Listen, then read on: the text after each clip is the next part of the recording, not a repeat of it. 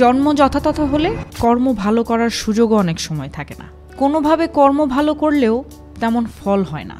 10 কদম আগালে 12 কদম পিছিয়ে পড়তে হয়। যেমন ধরুন, সুইডেনে যদি আপনি চাকরি হারান তাহলে আপনার সর্বশেষ বেতনের প্রায় 80% বেকার ভাতা পাবেন এবং প্রায় 9 মাস ধরে এই ভাতা চলমান থাকবে।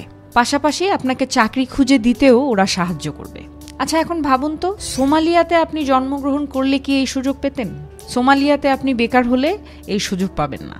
ফিনল্যান্ডের একটা বাচ্চা সম্পূর্ণ ফ্রি পড়াশোনা করে এবং পৃথিবীর একটা সেরা শিক্ষা ব্যবস্থা ওরা দেয়। আপনার পেশা কি, আপনার ইনকাম কত, সেটার উপরে আপনার বাচ্চার পড়াশোনার মান ভিন্ন হবে না কখনো। আপনি ড্রাইভার হলেও আপনার বাচ্চা যে স্কুলে যেতে পারবে, আপনি বিশ্ববিদ্যালয়ের প্রফেসর হলেও তাই হবে।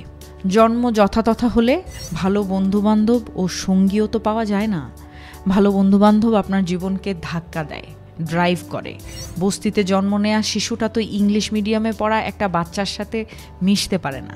ডেনমার্কের জন্ম নেওয়া মানুষটা উচ্চতর শিক্ষা না নিয়েও একটা ভালো জীবন পার করতে পারে, কিন্তু ভারতের একটা মানুষ কিংবা বাংলাদেশের একটা মানুষ শৈশব থেকে যৌবন পর্যন্ত শুধু পরীক্ষা আর রোল নম্বরের পেছনে দৌড়ালেও একটা ভালো চাকরি পেতে কষ্ট হয়।